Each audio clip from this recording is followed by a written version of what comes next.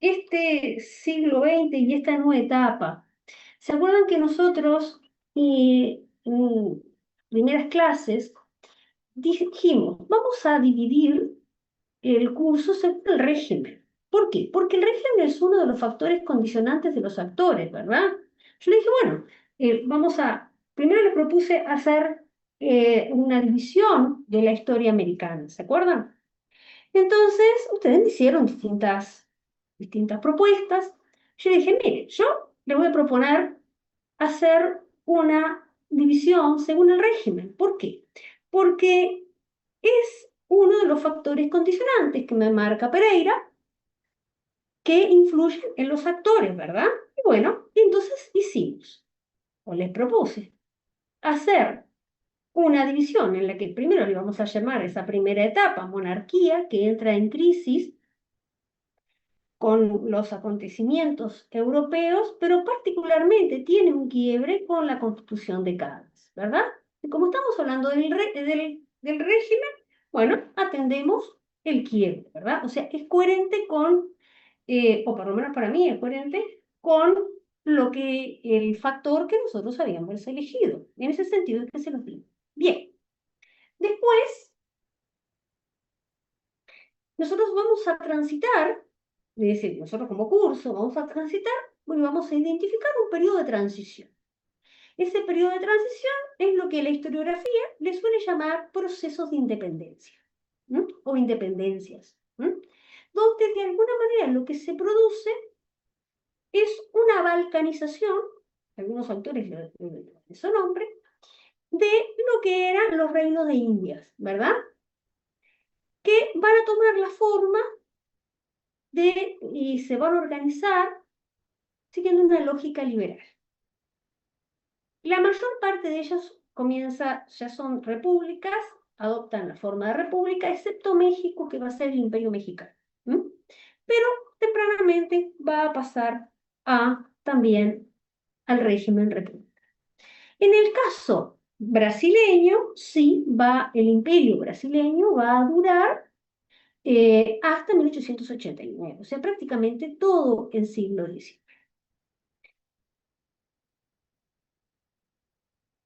No obstante, también esa monarquía constitucional brasileña va a seguir, digamos, la lógica de liberal, ¿verdad? O sea, constitución parlamentaria y de corte liberal, ¿está? Entonces, esa placa que ustedes vieron en,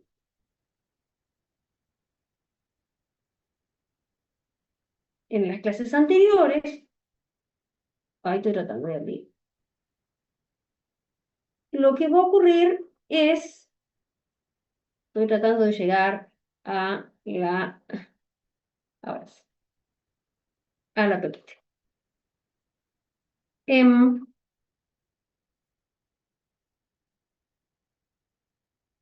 Les decía que esa placa que ustedes vieron, donde yo de alguna manera los ubico en general, eh, donde digamos, pongo los factores en línea de tiempo, trata de mostrárselas porque creo que va a ser más fácil que si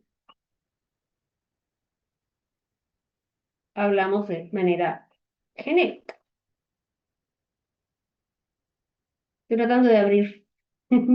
Me pido disculpas. Entonces,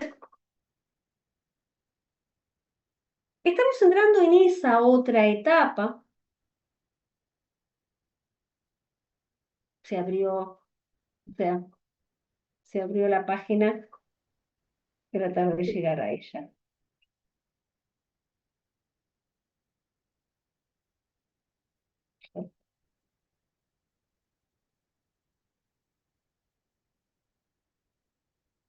Ahora sí. Bueno, me sirve capaz que esta primero.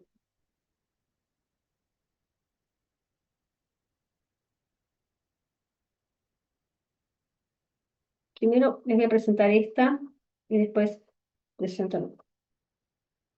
Es decir, nosotros venimos planteando el curso desde el comienzo, desde el concepto de sistema internacional, ¿verdad? Y los tres componentes. ¿Estamos de acuerdo?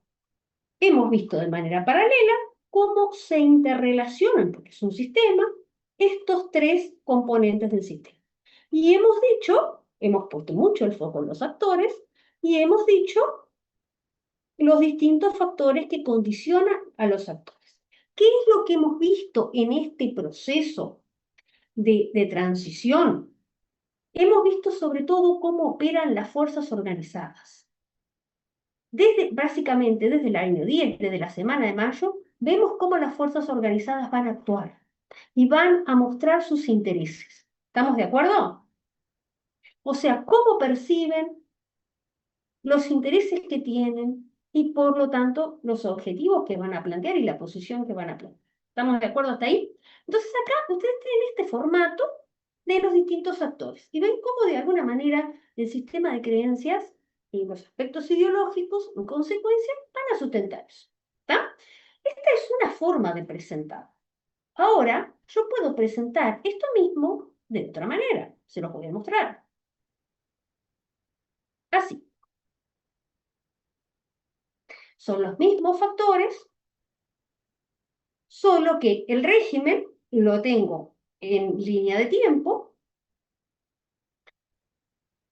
el factor económico lo tengo abajo, porque se me ocurrió ponerlo ahí, a ver si pudiera hacer esto, incluso esto podría traerlo acá. Acá tengo el, digamos, a nivel de líneas de pensamiento, ¿m? Es un poco más acotado que el sistema de creencias, pero sí tiene que ver con cuál es el pensamiento cuáles son los conceptos que están imperando en cada una de esas etapas. ¿Sí? Entonces, en el fondo, el esquema es el mismo. ¿Está? O sea, un uno son, podríamos decir, factores condicionantes, podríamos ponerlo también en términos perfectamente. Yo podría hacer esto y poner acá, por ejemplo, factores condicionan. ¿Sabes? Me veo bien.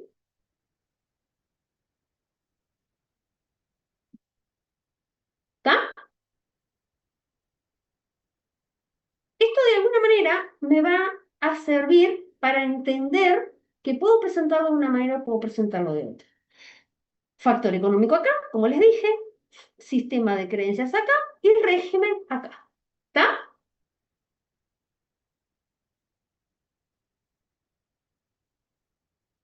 ¿Por qué me interesa que ustedes tengan claro esos gráficos?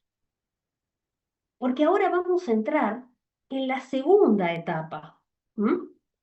En la segunda etapa que está muy marcada por el régimen y tiene un color liberal, tiene un sabor liberal, tiene un olor liberal, o perfume liberal. Elijan lo que gusta. ¿Mm? Y eso implica una organización, tal como nosotros habíamos visto, que la monarquía, por ejemplo, no tenía un sistema tripartito, ¿m? O sea, los poderes no eran tripartitos, o sea, las instituciones no tenían un sistema tripartito. Acá sí. ¿M? Por ejemplo,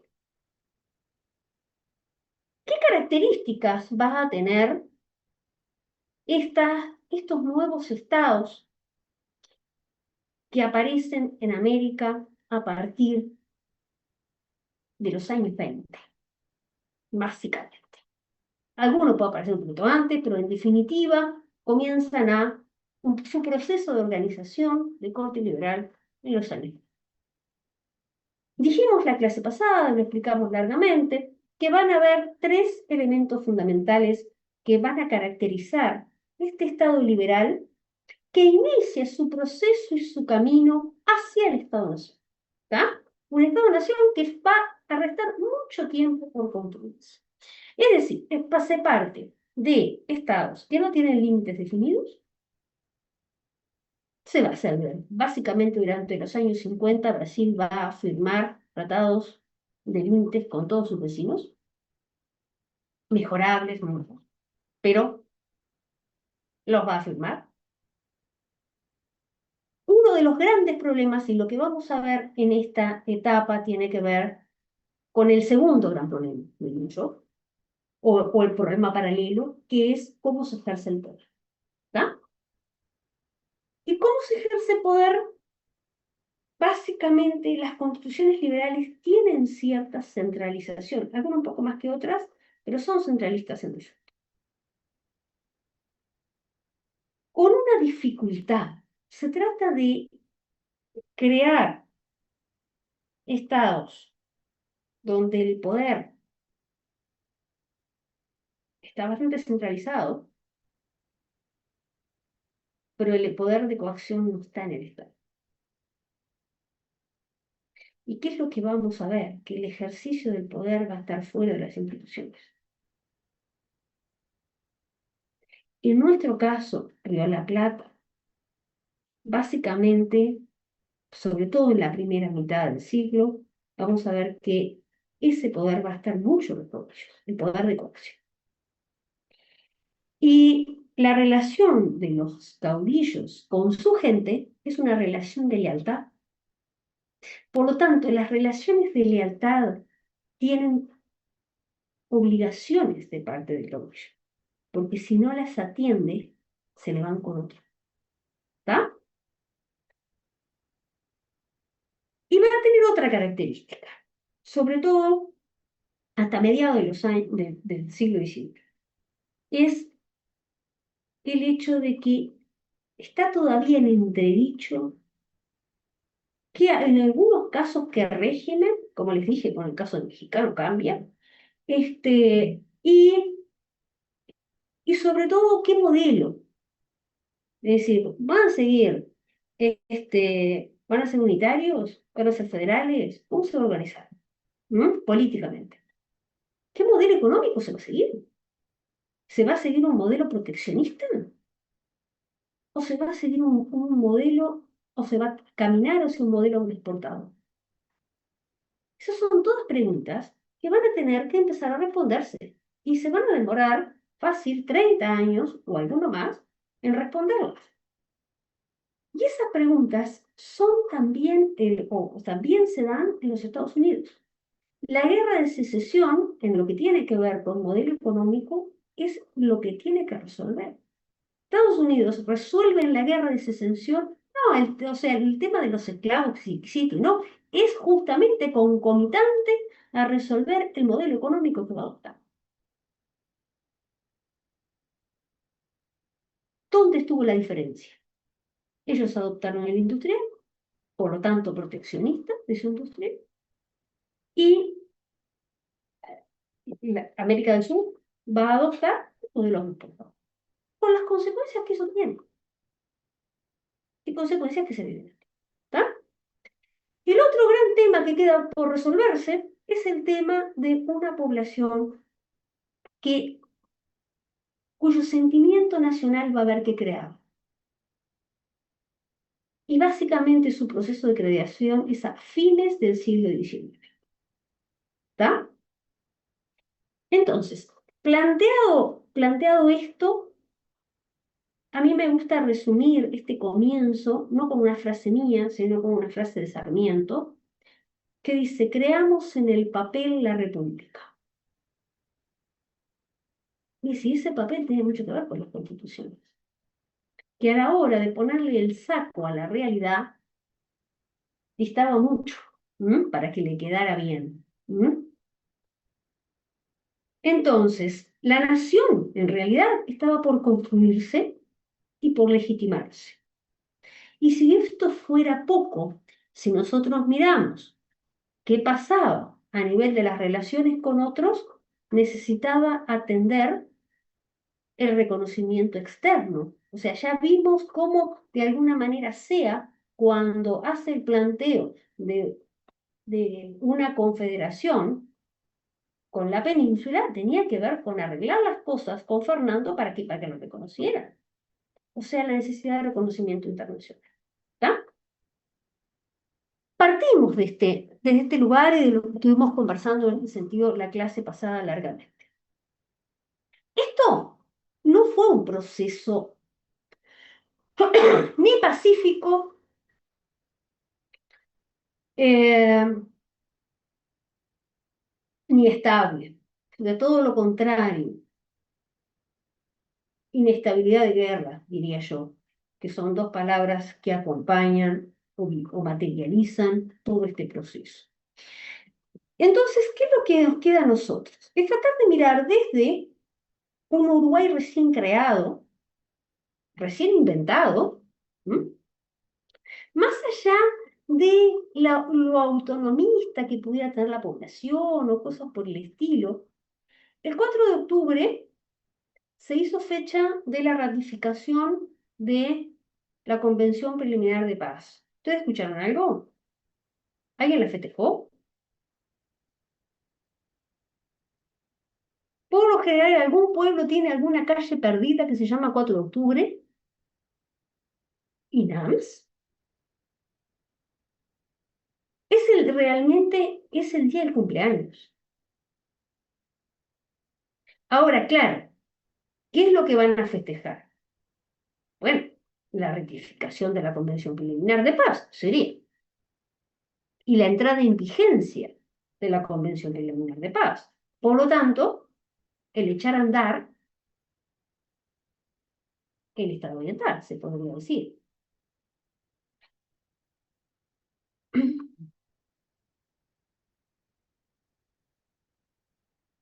Una de las primeras medidas que tiene la Constitución del 30, o sea, ¿qué se procede? Se procede a hacer lo que estaba estipulado en la Convención Preliminar de Paz. ¿Qué estaba estipulado en la Convención Preliminar de Paz? El llamado a una Asamblea General Constituyente. ¿Está? Esa constitución en la que básicamente van a encontrar las calles de Pocitos, ya me siguen,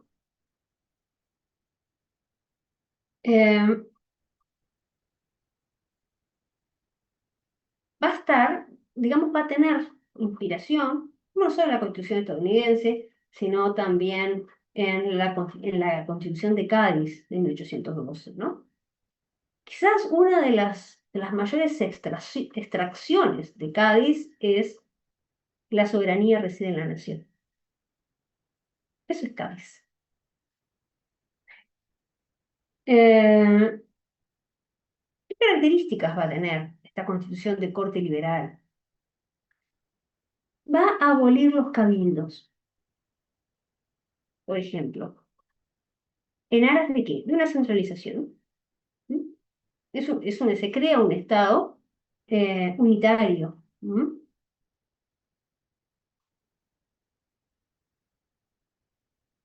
El problema, o sea, por supuesto, división de poderes, ¿mm?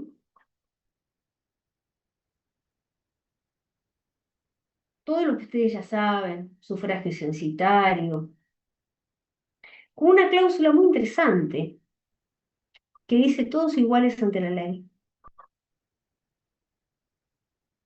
Y ahí el que tuvo un pequeño problemita fue Rivera. ¿Por qué? Porque dentro de sus fuerzas había comunidades indígenas que también querían llevar su parte. Hasta el día que le dijo, ¿sabes qué no? Porque bueno, porque resultó esto. Ajá. Por lo tanto, quedas metido en la misma bolsa que todos. No tenés estatus diferente. Ah, pero toda la vida tuvimos estatus distinto. Ah, no. Ahora no. Todos iguales ante la ley. ¿Cómo qué? Nos levantamos. Bueno, te la doy. ¿Se entendió lo que pasó? Entonces, la población va a quedar,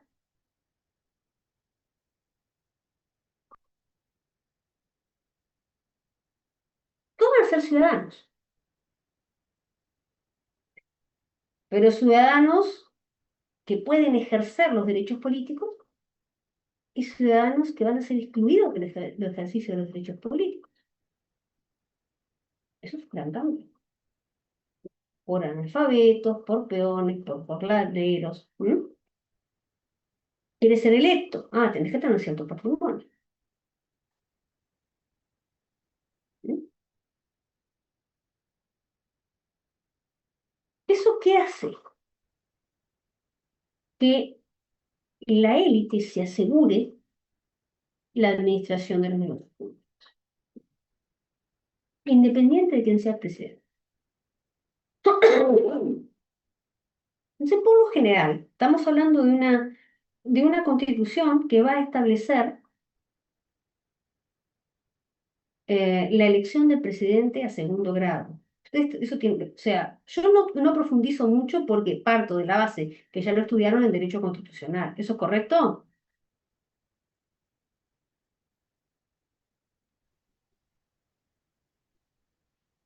Bueno, si no dirijo nada, supongo que sí. Sí, profe.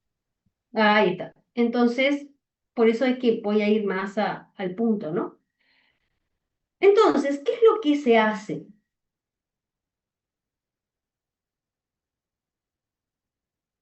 Básicamente, se va a poner al frente a alguien que tenga lo que ellos no tienen, y es el poder de coacción. Recuerden, el poder de coacción no va a estar en la élite. El poder de coacción lo tienen los caudillos. Entonces, ¿qué es lo que van a hacer? Van a traer al caudillo a sentarlo en la institución. ¿M? Y ahí es que se va a elegir al primer presidente. Lo elige en la Asamblea General y van a ver la primera vez cuatro candidatos. Eh, Rivera, que es el que gana, La Valleja, Eugenio Garzón, tres, tres, perdón, tres. Rivera, La Valleja y Eugenio Garzón. Y quien se va a llevar la mayor parte de los votos va a ser La Valleja. Perdón, va a ser Rivera. ¿Dije bien? La Valleja, Rivera, La Valleja y Eugenio Garzón. Pues estaba pensando en una cosa ahí. ¿Por qué? Porque es el que tiene el nexo y la comunicación con los sectores populares. ¿M? Es decir, en realidad lo siguen porque es Rivera. ¿M? Y eso es importante. El vínculo del caudillo con, digamos, con la gente común es personal. ¿M?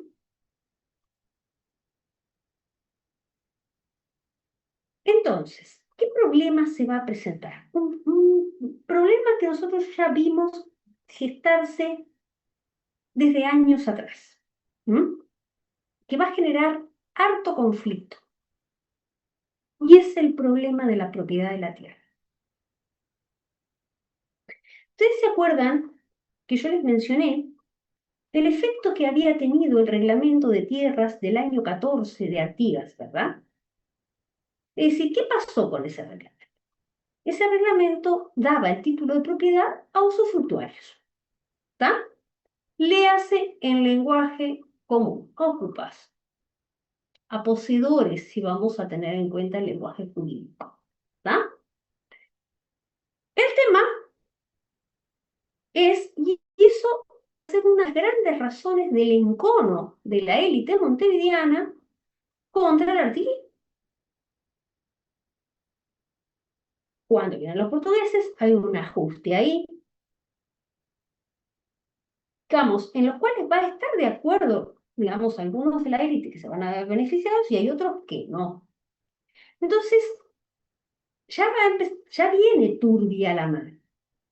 Entonces, esto fue una excelente oportunidad para justamente acomodar las cosas.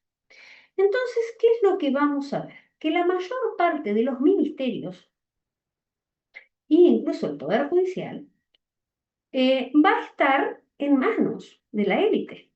¿Mm? En el caso de los ministerios, vamos a tener a Lucas, lo que se llaman los cinco hermanos, que es Lucas Sobes y sus cuñados, ¿Mm? Que en realidad eran hermanos políticos, estaban casados con las chicas Oves, ¿Mm? Que son los ministros de Rivera.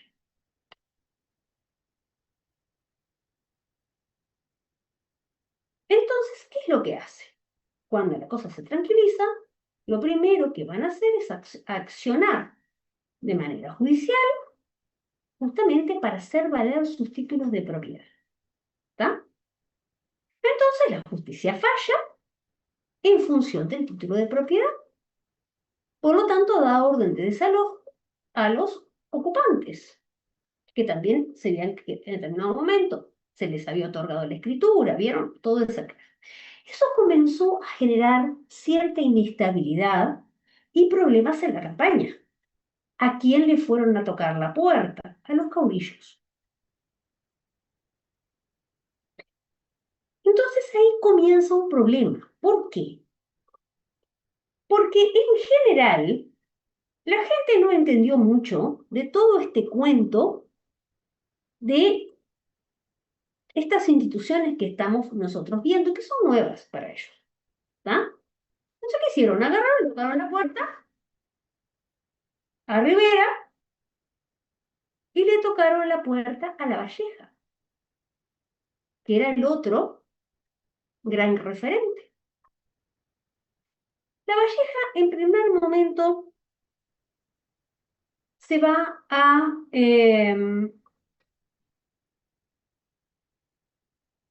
ir a su casa, ahí en la calle Zavala, que ustedes conocen. Rivera, luego de ser elegido presidente, se había ido a su estancia en Durazno. ¿Por qué? Porque ahí evidentemente era su centro, su comando, su centro de operaciones. ¿Mm? No está en Montevideo. Hay una cosa muy importante que ustedes tienen que cambiar la cabeza. Es lo importante en esta época no es Montevideo.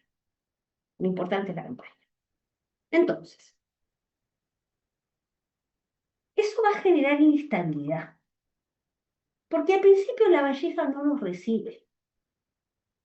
Y van mucho a través de Eugenio Garzón. Eugenio Garzón es un hombre que responde de alguna forma a la Valleja. Y ustedes no sé si saben cómo se estilaba la vida social de la época. ¿Alguien sabe el asunto de las visitas? ¿Cómo era la vida social de las damas de Montevideo?